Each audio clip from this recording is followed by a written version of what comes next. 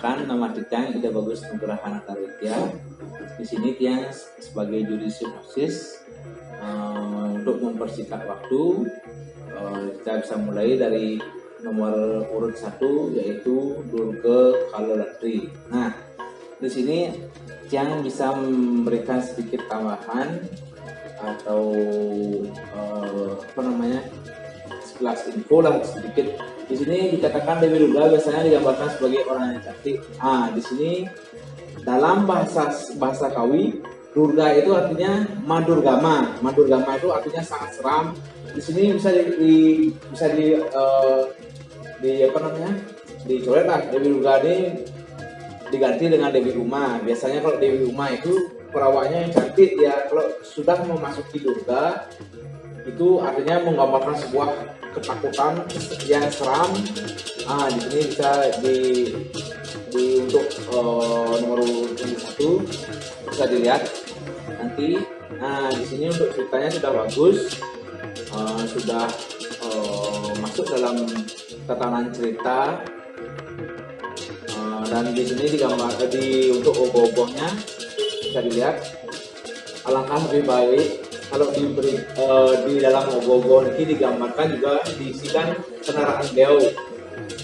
Alangkah baiknya nanti untuk sinopsisnya udah baik nanti. Semua. Om Santi. Om Swastiastu. Niki dari nomor urut 02 yaitu Aji Pengiwo Bangke Mau. Di sini sudah dalam ranah perlihakan ini sudah memang betul ini Bangke Mau niki adalah ilmu penglihatan tingkat tinggi. Biasanya di sini ilmu penglihatan Bangke Mau niki biasanya dia sudah mempunyai beberapa murid. Kalau yang menyarankan sih dalam pembuatan ogoh-ogoh niki dalam Bangke Mau niki coba diberikan kendaraannya itu yang di sini dituliskan Pepago niko. Biasanya dalam ilmu penglihatan Bangke Mau niki dia memiliki beberapa anak buah yang mengangkat, yang menunjang ratunya yang menjadi Bangke Maung ini, yaitu dalam bentuk bisa monyet yang mengangkat, bisa celuluk, karena Bangke Maung ini udah ilmunya tinggi, udah punya anak buah biasanya. Dia mengharapkan seperti itulah dalam ogoh-ogohnya,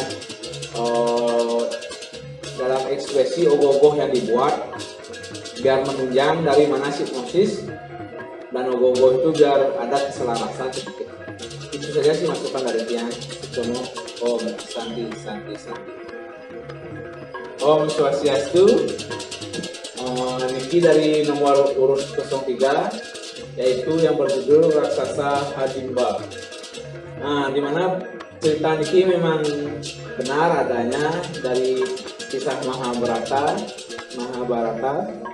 yang dimana Hadimba niki memang memiliki seorang adik yang namanya Hadimbi, yang dipersunting oleh Bima, yang dimana perkawinannya yaitu persilangan antara manusia dan raksasi, yang di sini dipertemukan yang mempunyai seorang anak yaitu bernama Gatotkaca manusia sakti. Kalau saran Tiang sih dari ogoh-ogoh ini bisa dilihat dari ogoh-ogoh ini di sini diceritakan ada sebuah pertempuran dulu sebelum Hadimbi diserahkan. Kalau lebih baiknya sih diisikan antara pertempuran Hadimba dan Bima sebelumnya kalau bisa. Tapi ini udah bagus, maksudnya udah masuk dalam cerita. Itu saja sih masukan dari yang semua. Om Santi. Om Swastiastu. Di sini dia akan menyampaikan peserta dari nomor 04 dari sinopsisnya. Di sini dalam lontar kala takwo. Di sini takwo yang berarti sebuah cerita yang dikisahkan dalam lontar, yang dimana perjalanan tentang Betara Kala. Di dalam cerita ini memang benar adanya di mana lontar kala takwo menceritakan perjalanan dari beliau Betara Kala. Namun di sini yang menambahkan sedikit Sandi Kala. Sandi Kala itu yang berarti sandil, yang arti pertemuan luas. Sandi Kala itu bukan cuma hanya pertemuan antara siang ke sore ke malam, itu bukan. dari pagi ke siang pun itu jam 12 pas itu namanya sandi kala juga, karena ruas pertemuan waktu di sana lah antara antara alam nyata dengan alam gaib itu bertemu, gerbang puncaknya bertemu. Di sana juga yang menambahkan sedikit, bukan hanya sekedar di jam 8 menuju ke malam saja, jam 6 menuju ke malam saja, tapi sedangkan dari jam 11 siang menuju ke jam 1 itu sandikala adalah pertemuan waktu dia. Ruasan di sana sih yang memberikan masukan sedikit, dan di dalam cerita hipnosis ini memang benar adanya, betul sudah baik, cuma yang menambahkan itu saja. Demikian yang bisa saya sampaikan. Terima kasih. Om Santi. Om Swastiastu. Mungkin yang akan menyampaikan hipnosis dari nomor 205 yaitu Mada Kawit. Nanti dalam bahasa kekawian ini biasanya sih kalau gamelan itu karawitan ya, bisa tolong dilengkapkan. Memang sih terlihat keren karawit gitu, tapi sebenarnya bahasanya yaitu karawitan. Bisa ditambahkan lagi untuk peserta 05 jadi karawitan. Nah di sini sebenarnya dalam saat itu bukan Mada saja yang masuk dalam kesombongan yang ada di sini. Hampir semua satripu itu ada masuk dalam kategori seorang yang mempunyai kesombongan, ego itu termasuk dalam satripu juga. Bukan hanya mabuk aja, artinya sombong, dan dia sombong dalam dia bisa memainkan suatu gamelan, dia sombong, dijauhi dia oleh teman-temannya, dia akan mempunyai sifat kebingungan. Dalam saat itu kebingungan itu pasti ada. Yang bisa tambahkan lagi sedikit, kalau bisa diperbaiki di hipnosisnya, karena semua saat itu masuk dalam cerita ini. Sini sudah bagus sekali, sudah baik, sudah bagus nanti. Cuma ini ke tambahan yang lagi sedikit untuk untuk implementasi dari ogoh-ogohnya sudah baik juga. Itu saja yang saya sampaikan. Terima kasih. Om Santi. Om Swastiastu. Nanti yang akan menyampaikan hipnosis dari nomor urut 06 yaitu Niwata Kawaca. Dalam cerita ini sudah benar adanya tokoh dalam cerita ini yang prabunya dari dari bangsa Asura, di mana Arjuna memang diutus untuk membunuh Asura ini yang bernama Prabu Niwata Kawaca, yang benar adanya. Nah, di sini untuk tambahan sedikit bisa di lebih detail lagi untuk menceritakan hipnosis ini sudah bagus. Itu dia yang bisa saya sampaikan. Om Swastiastu. Ini yang untuk yang terakhir nomor urut 07 yang berjudul Manu Dewata, yang akan menceritakan hipnosisnya. Berlandaskan dengan dasar agama Hindu, di sini ada namanya pelaksanaan pancayatnya, yang termasuk salah satunya yaitu yatnya yang terkait dengan pelaksanaan penghormatan kepada roh leluhur yang dikenal dengan upacara ngaben, yaitu pembukaannya. Di sini yang lihat untuk hipnosisnya memang sudah baik, pas. Nah, dari segi implementasinya sudah baik, dan di sini yang cuma menambahkan sedikit saja. Kalau peserta 07 membuat ogoh-ogoh Manu Dewata, artinya dia kan Manu Dewata ini artinya burung pengantar roh untuk menuju Sungai Logo. Kalau yang bisa memberikan saran sedikit, tolong ditambahkan dalam ogoh-ogohnya itu roh suci lah yang menunggangi Manu itu, biar bisa yang melihat itu, oh ini Manu Dewata ini bentuknya, oh ini kalau nanti raga bermandi kesuargan, dan seperti itu orang melihat itu. Sebenarnya kalau Manu aja diperlihatkan kan bisa orang berimplementasikan, oh ini burungnya Dewa Wisnu ya itu bisa seperti itu. Tolong diberi tambahkan sedikit untuk roh sucinya ini yang bisa diantarkan oleh Manu Dewata. Ya demikianlah yang saya bisa sampaikan, memberikan masukan, tapi sudah bagus nih. Yang tutup untuk Lama Santi. Om Santi Santi Santi. Demikian hipnosis yang bisa yang memberikan masukan dan saran. Dan di sini yang juga memberikan saran lagi sedikit untuk para peserta baik dari 01 sampai 07, tetaplah berkarya demi pelestarian agama Hindu, budaya, adat, istiadat di Bali. Pokoknya jangan sampai musnah, walaupun virus menyerang, budaya itu tidak akan boleh mati. Terima kasih. Om Santi Santi.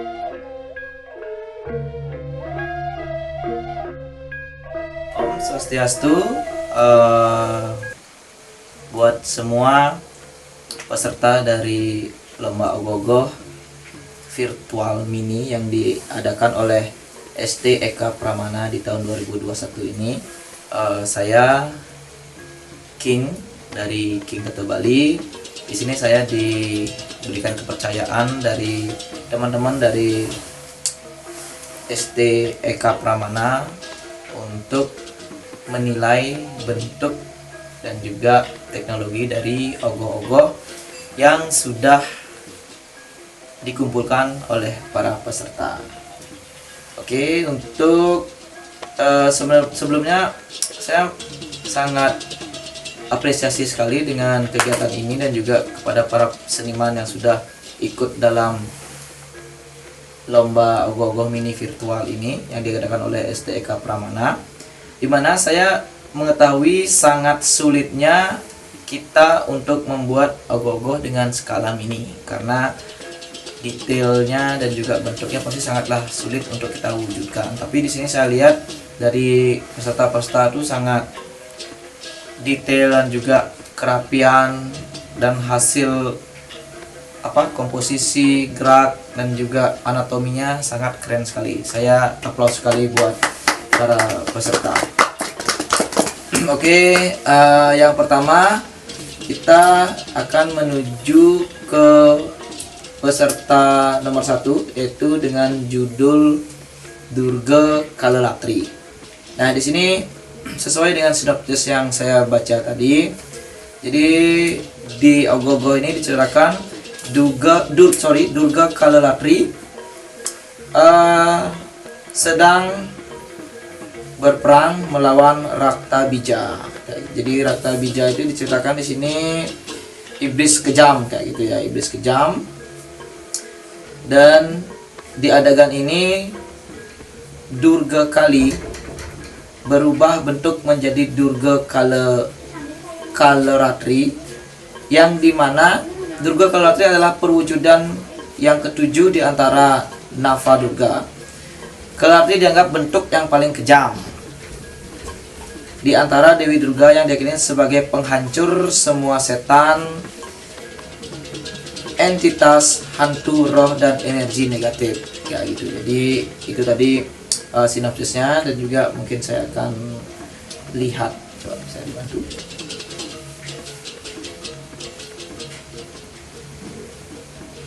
Siap. Di sini saya sudah melihat secara virtual foto ogoh-ogohnya dan juga videonya. Jadi saya akan menilai dari sudut pandang saya. Jadi kritik dan sarannya jika diterima silahkan, jika tidak berkenan mungkin bisa tidak dipertimbangkan seperti itu. Oke, yang pertama dari anatomi dari Durga Kalaratri, saya lihat di sini di anatomi Durganya itu saya sangat suka sekali. Anatominya itu kalau bahasa Balinya lemuh, kayak itu lemuh, dan juga gaya dia untuk loncat, terbang, dan juga menusuk itu kelihatan sangat-sangat berpower sekali. Jadi kelihatan sekali dia dengan kebaca sekali di sini amarah dari seorang Durga Kalaratri yang menombak tajam si raksasa Raktabija ini. Ya, itu yang pertama dari segi bentuk anatomi. Cuman yang sedikit kurang saya lihat di sini adalah kerapian di tapel. Mungkin karena kecil ya, tapi memang sangat sulit, saya akui dari tadi itu saya bilang sangat sulit membuat sesuatu hal yang kecil mini gini, apalagi ogoh-ogoh yang terkenal dengan detailnya, dengan bentuk, apalagi ini tangannya ada 6, tapi sangat apresiasi sekali dengan karyanya. Cuman saya lihat di sini secara close up yang ditampilkan pengecatan di bagian mata itu kayaknya masih kurang rapi. Itu sih yang perlu ditingkatkan. Dan juga kedua dari bentuknya yang di bawah itu mungkin itu si Raktabija ya, Raktabija. Nah, anatomi dia terjatuhnya itu kurang, saya rasa kurang dramatis. Jadi jika anatomi orang jatuh tuh, karena ini kita kan bicara ogoh-ogoh mini, jadi tidak terlalu memandang berat, karena kalau ogoh-ogoh besar kan pasti diarak, dan juga kita harus memandang dari mana jatuhnya berat, dan juga harus memandang bagaimana kuatnya ogoh-ogoh. Karena ini ogoh-ogoh mini, jadi agak gampang untuk membuat sebuah gerakan yang dramatis seperti itu, karena tidak memandang berat, karena ini kan nggak mungkin diuyang kan ya, nggak mungkin diuyang kayak gitu. Jadi mungkin untuk posisi si Raktabijanya ini mungkin dibuat lebih tiduran, kayak lebih tengadah seperti itu. Kaki kirinya mungkin dibuat lebih lurus, jadi seperti gimana orang kayak terjatuh seperti itu. Dan juga tangannya mungkin dibuat lebih gini, jadi kayak orang benar-benar tengadah kena tusuk itu kayak gitu. Kalau itu aja sih sebenarnya yang saya lihat di sini. Tapi untuk overall, untuk dari segi pemilihan konsep ya itu udah oke. Nah, karena di sini dinilai dari bentuk nilai teknologi, di sini saya lihat di videonya cuman mengandalkan moving antara kanan kiri atau mungkin melingkar dari ogoh-ogohnya. Jadi usahanya sudah ada dalam bentuk teknologi, cuman masih minim ya itu. Jadi itu saja penilaian saya terhadap ogoh-ogoh dari Durga Kalalatri, tapi karyanya mantap, sukses semua. Untuk peserta berikutnya nomor 2, yaitu dengan judul Aji Pengiwo Bangke Maong. Nah, di sini di narasi yang disampaikan, wujud Bangke Maong sendiri berupa mayat bau tengik yang berada di wadahnya, dan juga disampaikan di sini Bangke Maong ini jika kita bertemu dengan wujud penglihakan ini, kita bisa kedaud atau dihipnotis, dan juga tidak sadarkan diri, dan bahkan bisa menjadi gila. Jadi yang saya tangkap di sini adalah perubahan wujud dari Bangke ranah penglihakan, yaitu Bangke Maong, Aji Pengiwo Bangke Maong. Sekarang kita lihat dari hasil 3 dimensinya. Oke, di sini sudah melihat dari peserta kedua dengan judul Aji Pengiwo Bangke Maong. Ini sepertinya dari bahannya dibuat dari ulatan dan juga kertas seperti itu. Nah, untuk dari segi bentuk Bangke Maong yang ingin ditampilkan sudah masuk sebenarnya. Dari segi pemilihan warna ogoh-ogoh menggunakan warna abu-abu mati seperti mayat yang sudah mau busuk, dan juga ada aksen-aksen dari darah, dan juga mungkin ini menggunakan lem gabus untuk memperkuat aksen dari lendir-lendir. Itu sudah sangat oke sekali. Cuman yang saya lihat di sini dari segi kerapiannya dan juga bentuk anatomi masih perlu ditingkatkan lagi. Seperti saya bilang tadi, mungkin agak susah membuat sebuah ogoh-ogoh kecil kayak gitu, apalagi dengan bahan dasar ulatan. Tapi di sini saya sangat apresiasi dengan usahanya. Cuma perlu ditingkatkan lagi dari misalnya dari bentuk jeriji tangan, habis itu dari untuk kerapian kulit karena masih ada kelihatan ulatan-ulatannya. Tapi kalau misalnya dia pingin menunjukkan aksen keriputnya emang sudah dapat, tapi mungkin bisa dirapikan lagi, mungkin bisa menggunakan tambahan bahan lain kayak gitu seperti bubur kertas atau bisa pakai clay kayak itu untuk tambahannya kayak gitu. Oh ini kayaknya udah pakai clay juga, cuman gini kurang detail aja sih pengerjaannya di bagian tangan, anatomi tangan juga bahasa Balinya kurang lemuh lah kayak itu juga. Yang terpenting sebenarnya dari segi tapel ya, dari segi tapel karena ogoh-ogoh kan fokusnya pasti di tapel kayak itu. Yang pertama dilihat dari masyarakat untuk melihat ogoh-ogoh itu adalah tampilan face-nya, tapelnya.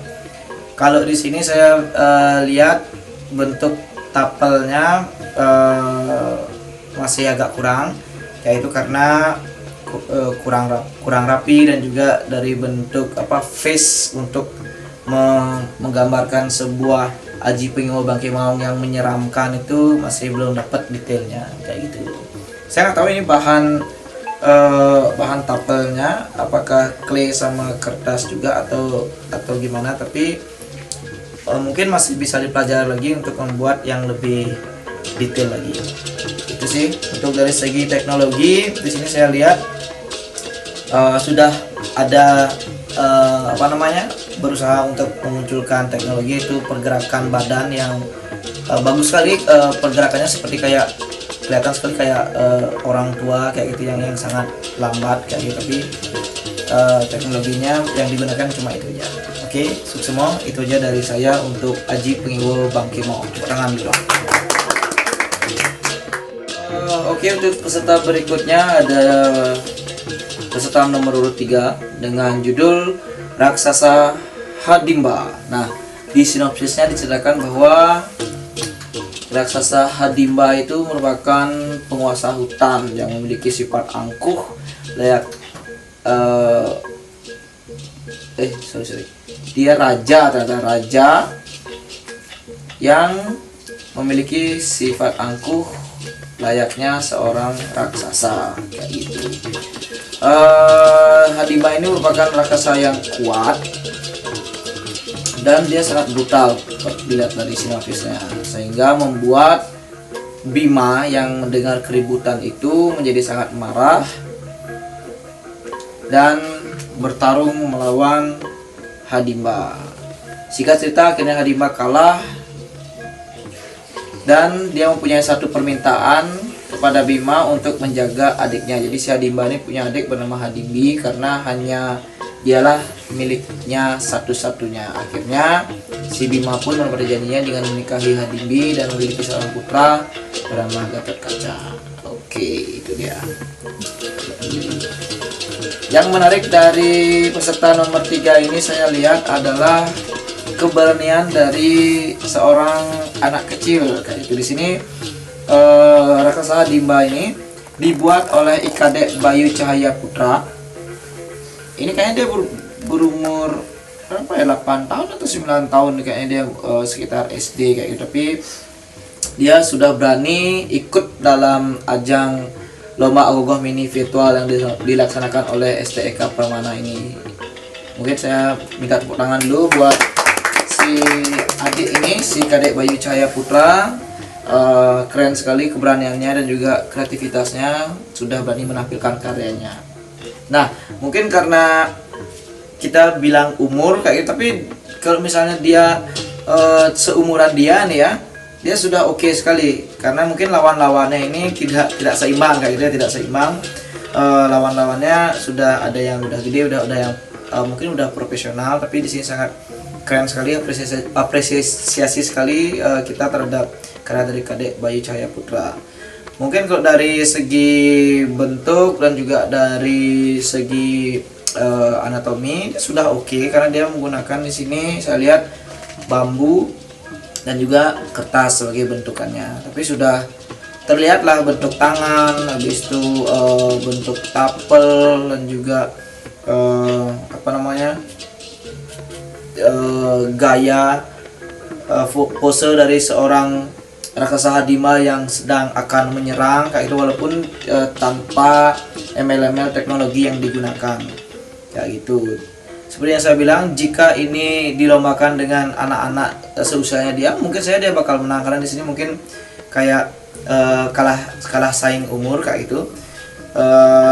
Dengan payasan yang simple kayak yang apa yang dia punya di sekitarnya dia gunakan, jadi itu sangat keren sekali. Ini seperti selendang dan juga payasannya dia tidak terlalu terbebani dengan harus menggunakan payasan yang ukir-ukiran yang yang sangat rumit kayak itu. Saya rasa dia sangat bahagia membuat ogoh-ogoh ini. Oke, itu aja sih dari saya penilaiannya untuk karya dari Kadek Bayu Cahaya Putra dengan Raksasa Hadimba. Pokoknya semangat ya Dek ya. Berikutnya di nomor 4 ada karya dari Iwayan Pasa Astawa Putra dengan judul Sandikala. Di sini diterangkan bahwa buta kala yang muncul pada saat sandikala salah satunya adalah Batara Kala. Batara Kala adalah putra Dewa Siwa yang diberi gelar penguasa waktu. Jadi Batara Kala sering disimbolkan sebagai raksasa yang perawakan gagah, berdaya seram, hampir tidak menyerupai seorang dewa. Jadi pesan yang ingin disampaikan di sini adalah kita di mitologi Bali dan juga Hindu pada khususnya, kita mempercayai bahwa pergantian waktu itu adalah merupakan timing yang sangat sakral seperti itu. Bukan cuma sandikala, tengah tepat juga pasti seperti itu, karena di pergantian waktu itu itu merupakan pintu gerbang dari buta kala untuk keluar masuk timingnya seperti itu. Jadi sehingga muncullah mitologi bahwa jika berada dalam kurun waktu sandikala atau tengah tepat, kita dilarang untuk berada di luar rumah, bepergian seperti itu, karena sangat kalau bahasa Balinya ila-ila, berbahaya sekali, karena agar tidak terjadi hal-hal yang tidak diinginkan. Jadi sekarang kita lihat gininya, lihat hasil visual dari ogoh-ogohnya. Nah, yang saya perhatikan di sini dari karya dari Wayan Pasa Astawa Putra yang berjudul Sandikala ini, walaupun dengan dimensi ogoh yang kecil ya, mini seperti ini, tapi dia berhasil sekali dalam mewujudkan sebuah anatomi yang keren sekali saya rasa. Yang pertama dari bentuknya sang buta kala itu terlihat sangat bagus sekali, agamnya dia dalam terbang untuk mungkin bisa dibilang kayak ingin menggapai sesuatu, seperti menangkap mangsanya seperti itu. Dia sangat gagah sekali posenya, dan juga dari orang-orang yang di bawah ini terlihat orang lagi buat layangan, jadi kayak gitu. Jadi mungkin pesanan disampaikan, jadi jika sudah sandikala atau enggak mungkin tengah tepat, kalau kita misalnya lagi berkegiatan kayak itu, mungkin break dulu kayak gitu. Jadi di sini diperlihatkan ada dua orang yang sedang membuat layangan dengan membawa golok dan juga bambu kayak gitu. Jadi agar tidak terjadi hal-hal yang diinginkan, seperti misalnya tangan terluka kayak gitu. Jadi pesan yang disampaikan sini dapat sekali, dan juga anatomi yang dibuat tuh keren. Anatomi baik itu dari anatomi manusianya, habis itu ekspresi manusia yang terkejut ketika melihat sosok besar dan seram kayak gitu. Sang buta kala ini menghampiri mereka seperti itu. Dari segi kerapian juga saya sangat melihat ini sangat keren sekali ya. Dari segi detail kaki, habis itu segi detail anatomi tangan mencengkram itu bagus sekali, dan juga kerapian dari tapelnya kayak itu saya lihat bagus sekali. Saya hampir heran kenapa dia bisa membuat sebuah karya yang detail walaupun dengan size yang kecil seperti ini kayak gitu, dengan teknologi sayap yang mengepak kayak gitu. Cuman ada satu yang kayaknya yang agak gini agak kurang, yaitu size sayapnya mungkin bisa dibuat lebih besar lagi dikit, dan agak mengepaknya agak lumayan, karena di sini di sinopsis ini disimbolkan bahwa dia itu berperawakan gagah kayak itu. Jadi dengan sayap yang terbentang itu mungkin bakal menambah kesan gagah dari sang buta kala, tapi secara visual dan juga secara bentuk oke sekali. Dan yang paling saya kagumi di sini adalah bentuk dari gininya, rangkanya.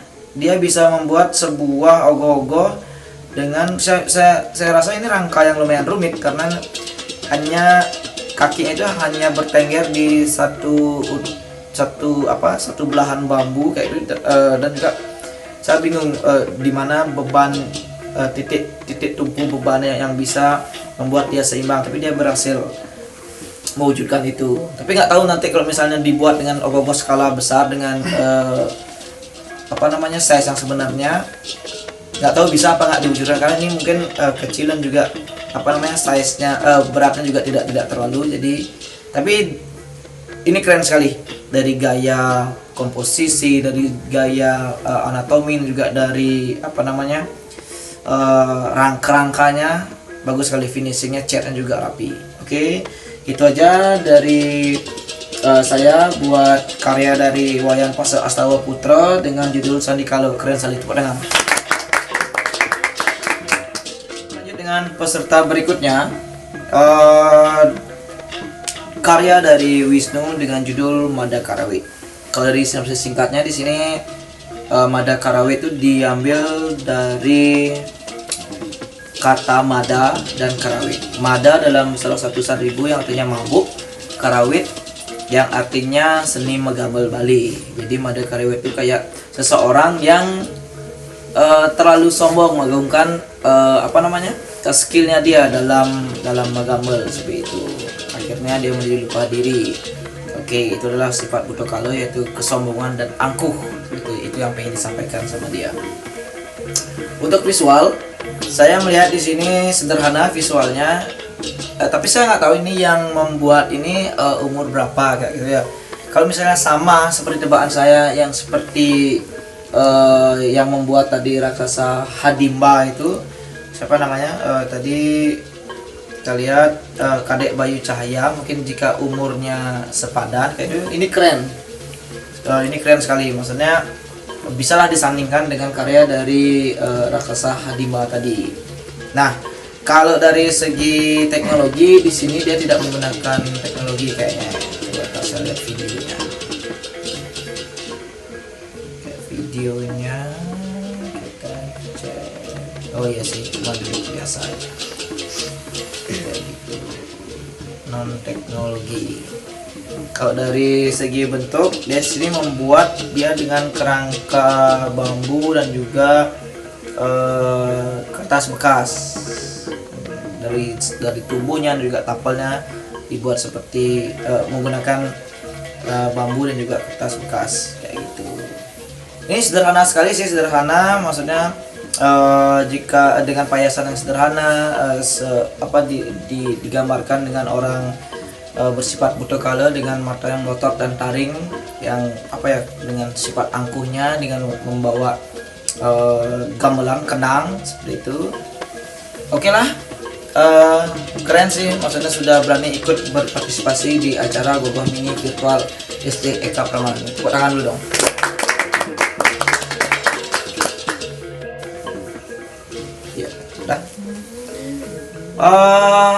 Untuk berikutnya ini ada dari karya Niwataka Waca kayak gitu. Ini adalah cerita tentang raja negeri yang bernama Nawitaka Waca kayak gitu.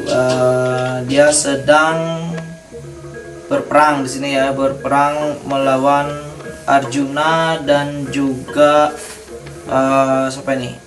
Arjuna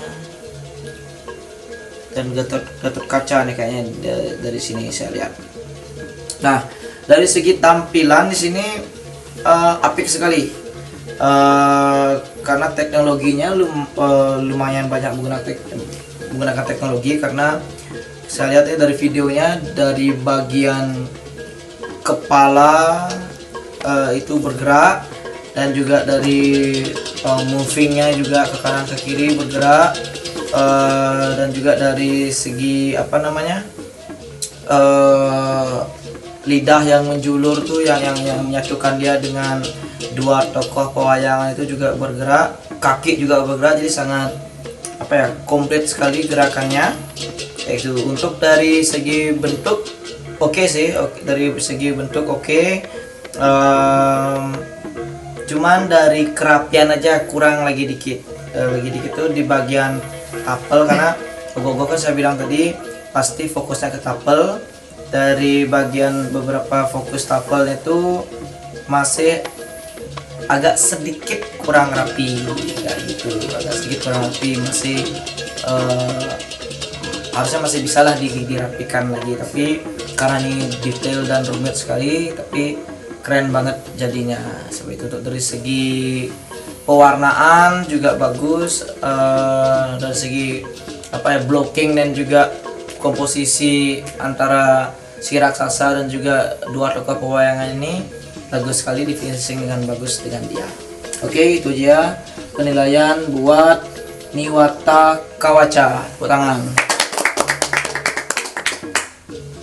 Result terakhir dibuat oleh, kita lihat, Dewa Madyogi Indrawan dengan judul Manuk Dewata. Di sini diceritakan Manuk Dewata itu adalah seekor burung yang digunakan pada acara fitrayatnya. Itu berupa burung cendrawasih kayak itu. Kita sering lihat di di upacara fitrayatnya, pas orang ngaben pasti ada di bade itu seseorang yang membawa burung cendrawasih kayak itu namanya juga Manuk Dewata seperti itu. Dan juga di sini ditampilkan ada 4 burung di bawahnya yang merupakan simbolisasi dari 4 arah mata angin yang akan mengarahkan perjalanan Sakatma menuju Swahloka. Nah, kita bahas lagi tentang bentuknya dan juga visual ogoh-ogohnya. Kalau dari segi gaya sih di sini gayanya agak kurang ya, karena di sini Manuk Dewata ini adalah seorang tokoh yang akan mengantarkan, dia seperti guard, seperti seorang pengawal yang akan mengantarkan arwah Atma menuju Swahloka.